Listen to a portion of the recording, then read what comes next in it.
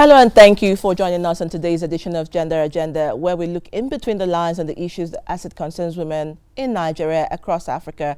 And yes, I am yours truly, Adora Onyetere. How are you feeling, fellow Nigerian? I do not know on your side, but all I can say is there is light at the end of the tunnel.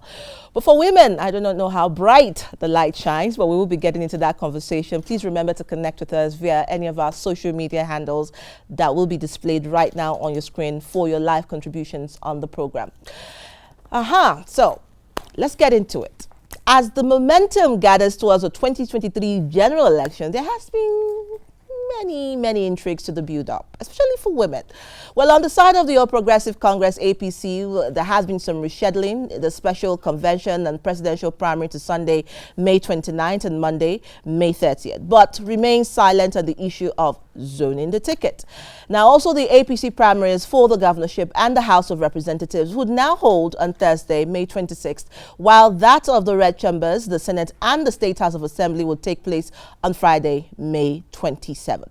So put your lugs down here. We will be giving you details of other political parties as we receive the information. For us today, our talking point today would be on the aspirants inclusion and the 2023 primaries.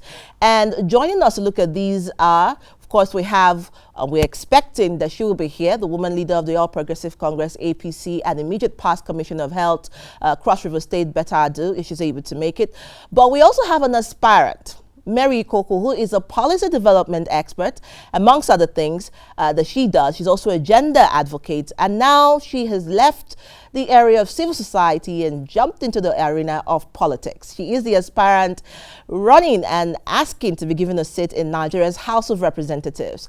Our third guest is Ibijoke Faborode, founder, elector, and a non-partisan African political organization. And of course, so many beautiful things that she also continues to do to speak up for the voices and the spaces of women. So before we start the discussion, let's serve you with our About Now and Voices segment. Remember, sometime last week, we also had a Gender Agenda program organized by the She Forum and, of course, Pathfinder, talking about women showing up, but most importantly, looking at issues as it concerns women. That will be in our About Now, right, coming up.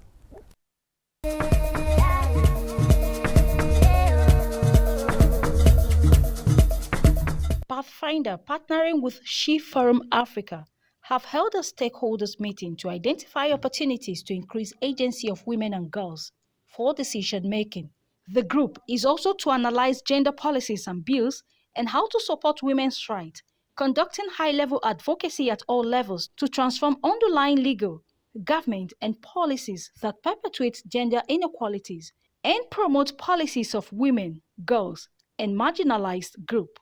The high-level meeting brought together representatives from government, civil society organizations, development partners, members of the diplomatic community, youth, and disability organizations and various stakeholders, including the private sector, to support, promote, intensify, strengthen, and amplify solution-oriented advocacy around women and girls. Our problems is not just having the right laws in place, but the problems are implementing. The VAP Act, the Child's Right Act, when I came into office, the VAP Act were only 9 states, the Child's Right Act were 12, and since then, I walked around the states, and now we've got 33. Our problem is getting the men change their mindset. You knew what happened in March that led to women offering their lives to stay in the sun for 4 weeks.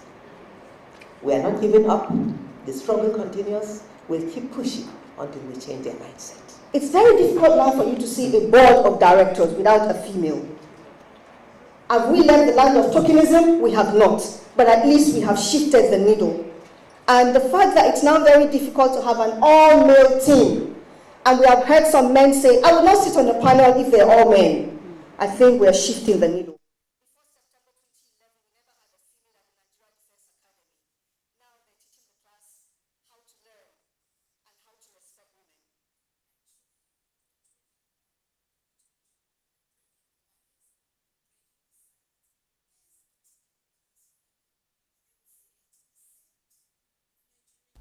All right, we will definitely be bringing the rest of that in our subsequent edition because there was so much to talk about. Inium Fund, who is the founder of She Forum, said, well, we have to keep advocating and opening up the space for women. And someone says, to what end? When are the results going to ever come? When we stop talking.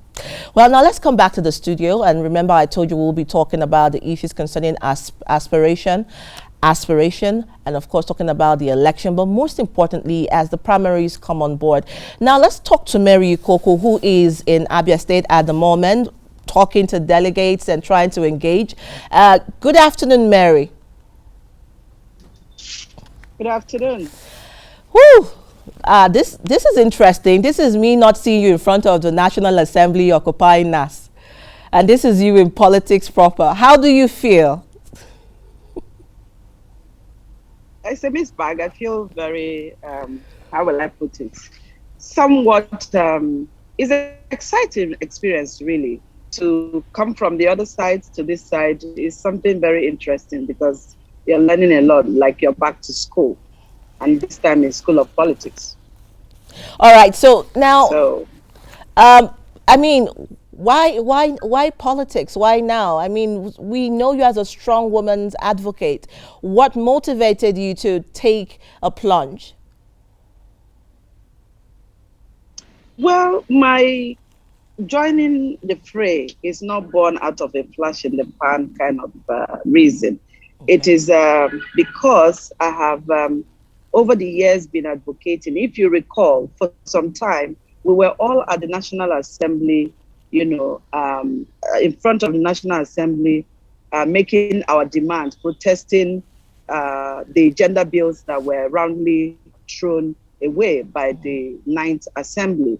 And it hit me right there that one of the ways we can correct this impunity is by some of our women getting into politics, becoming members of the parliament. So it hit me right there that there isn't much the women in the National Assembly could have done when the number is 24 out of 496 members. So I thought one needed to join the fray to be able to increase, the voices of women in the National Assembly. Okay. And the other reason is that I come from a state that has not a single woman in the State House of Assembly. And I thought that it is also important that we have women run for election in this state called Abia State. But bottom line is that where I've said that my joining mainstream politics now is because I have observed that by our less than active involvement in, affairs of governance in our community, we have unwittingly allowed the prevailing substandard, substandard caliber and quality of representations that we've had. Mine is born out of a desire from a very deep, rooted yearning to contribute fresh and bold ideas to the development of my constituency. And that's why I'm in the race. One is to correct the historical imbalances using the legal frameworks, using legislation to be able to, fix some of the problems that we've been grappling with as women of Nigeria. And another thing is to make sure that we bring development to the constituency, to make sure that we're able to, take people out of poverty using their constituency funds. And again, it's also all about effective and qualitative representation. There have been people who have led, who have been representing us, but I'm just very confident that when people like us, because when you go to football competition or any kind of competition, you must send your first 11, your best 11. Absolutely. And it does appear that we've been allowing any kind of person to represent us or to lead us. So I thought it is really that time to throw my hat in the ring and see if my party, if I get my party ticket, I have no doubt that I will have a landslide victory. Absolutely. And go to this National Assembly, I'll be part of the 10th Assembly to do what I already know how to do best, Be a strong voice for women and youth. Be a strong voice for the people of Arochukwu Ohafia constituency. Be that voice that will ensure, be a representative that will make sure that the constituency funds for Arochukwu Ohafia federal constituency will be brought back to Arochukwu Ohafia for utilization of building critical infrastructure at the local communities and making sure that we bring people out of poverty and be able to engage in various safety nets that can alleviate poverty, my people, and also look at how we can better the lives of our youths. All right, so now I think, like I said earlier, it's not born out of a flash in the pan. I am here for more serious business, and I'm here to liberate people of my constituency. All right, I'm going to come right back to you because you talked about throwing your hat in the ring, and that ring is a very masculine ring. You know, a lot of people would say, even when we were, you know, having conversations and Occupy NAS, you know, one of the members representing, you know, a constituency in Abia State, Ben Carlo, came out to, you know, talk about and talk down on the conversations of having extra seats for women. And this is the state where we know a lot of people in the state assembly have no room for the female folks. But we will take voices right about now, and then we'll come back to this interview. And when we come back, I will be talking to Ibijoke Faberode, and this is one woman whose heart is also in the ring, in influencing the space for young women. We'll be right back. Stay with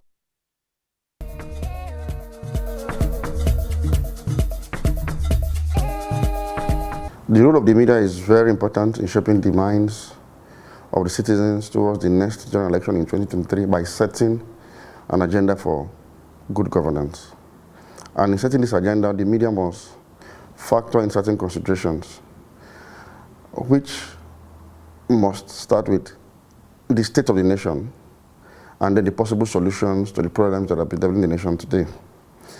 And if you agree with me that Nigeria is in distress, we are a cash-strapped, debt-burdened, heavily indebted nation that's also battling the challenges of insecurity across the entire country, then the next set of political leadership must possess certain qualities that are required to solve this myriad of problems. And so the media must begin to highlight some of these qualities. Media are actually doing a very good job by way of publicizing the electioneering issues and making it known to people, even villages and everywhere, because now we are in era of global media, so everybody is aware. But all I'm saying is that personally, they cannot influence my choice, because already I know that the system is corrupt, and at the same time, people that you are going to elect will not be better than the people that were elected. So I've zeroed my mind. I'm not voting anybody, and nobody should vote for me. I'm not aspiring for any leadership position. So, but I believe at the right time, God will choose the person that will lead us aright.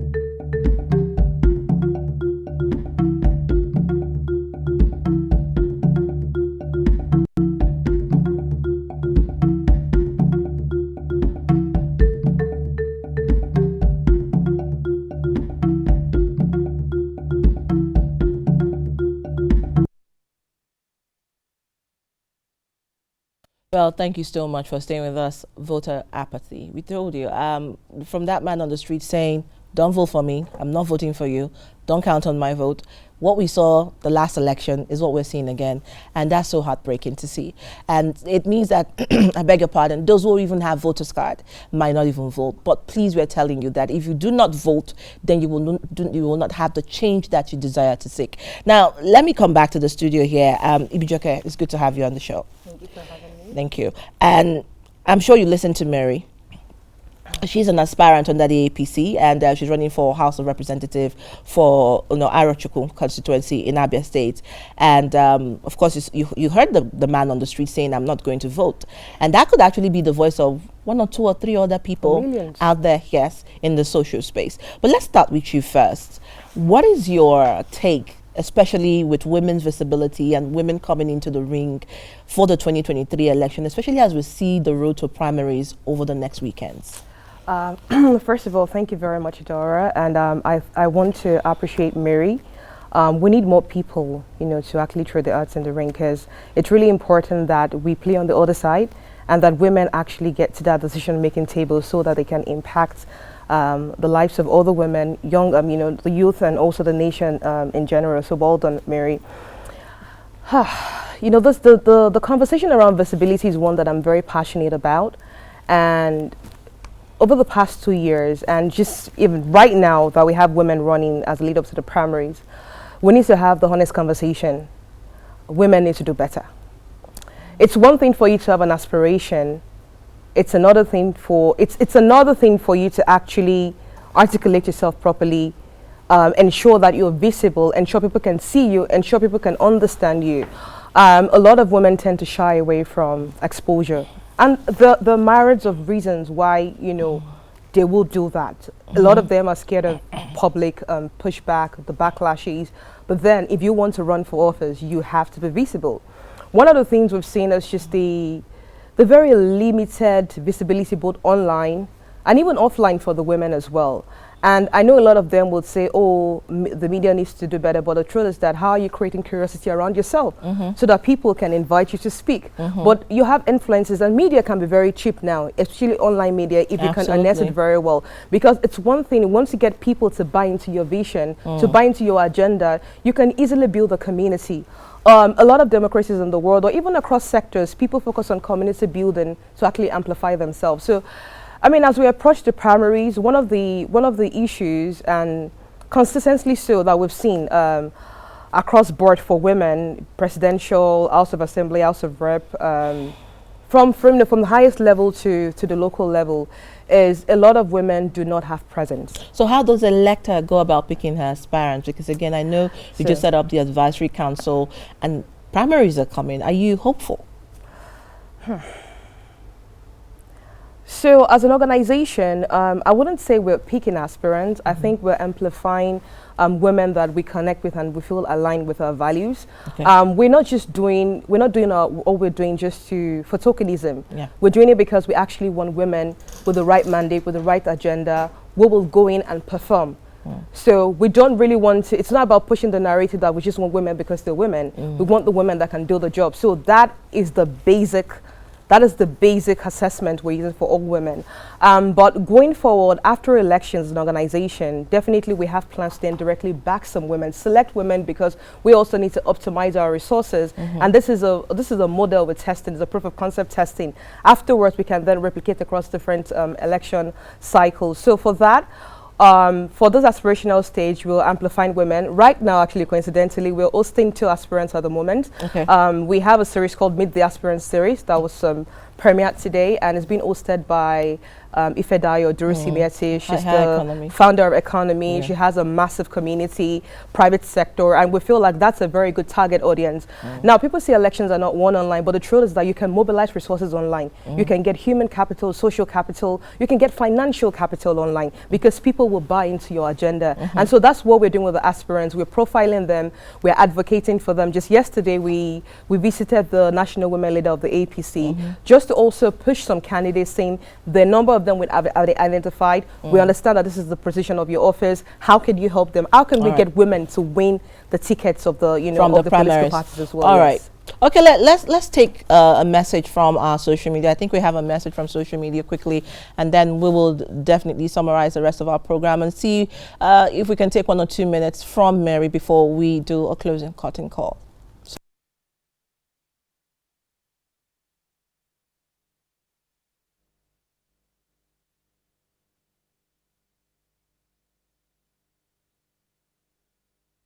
In the 2023 elections, despite the spaces given to the women at the women hiding, and that's messages coming from someone in Gariki. I can't quite get her name out. I think Mohammed from Gariki in Abuja. Are the women hiding? Women, that question is actually to you.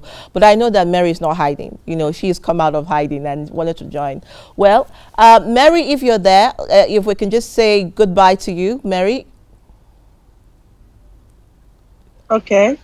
All right. Yeah. So Mary, so many men in the ring where you are.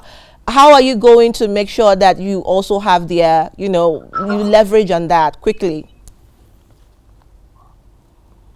How? I didn't get the question. The men, there are so many men in the ring as much as you are running. I mean, we know it's a patriarchal system, but then a lot of people say, yes, a lot of people say women should come out. But then how do we also leverage on the population of the women and also bring in the men on board? Working with the men. Honestly, I think the network is really crappy. So are you working with the men? Are you working with the men? Are you asking how do we make sure we support other women? I didn't Are get you working the with the network is men? really bad. I'm sorry. Can you hear me?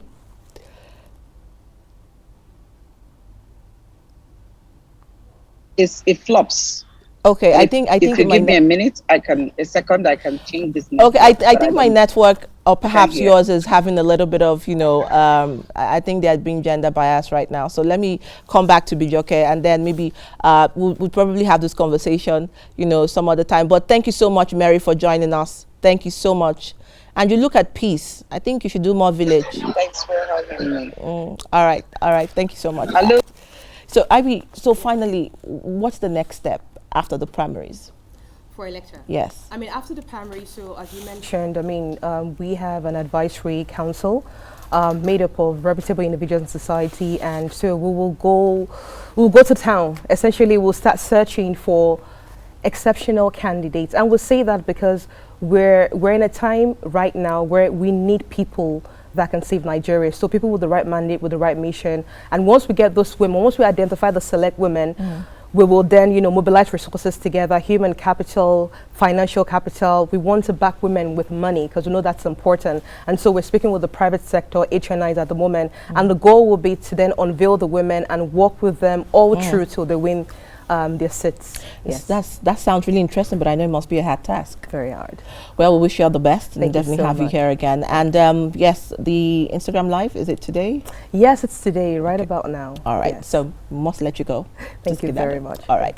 Thank you so much. I've been talking to Ibijoke Faborode. She's a tri-sector and a development leader as well as the founder of Elector. And she says we're not just picking aspirants of the curve, we're actually looking at women with capacity who can do the job. And well, primaries are coming. We do hope that some of those who can will emerge and take the front line seat. To Mary, all the best. We know that, you know, this is something close to your heart and we are urging you on not to give up. And for me on this side, I say next week we might have to talk to Dr. Betta because I see her governor in the Hall of Shame. He's not past the VAP Act, or perhaps not. She'll tell us more about that. I am yours truly, Adora Onyechere. Until then, when I join you next week, have a lovely Friday and do take care of yourselves and each other. Goodbye. So sing a song for women everywhere. Let it ring around the world and never, never cease. So sing a song for women everywhere. Equality, development and peace.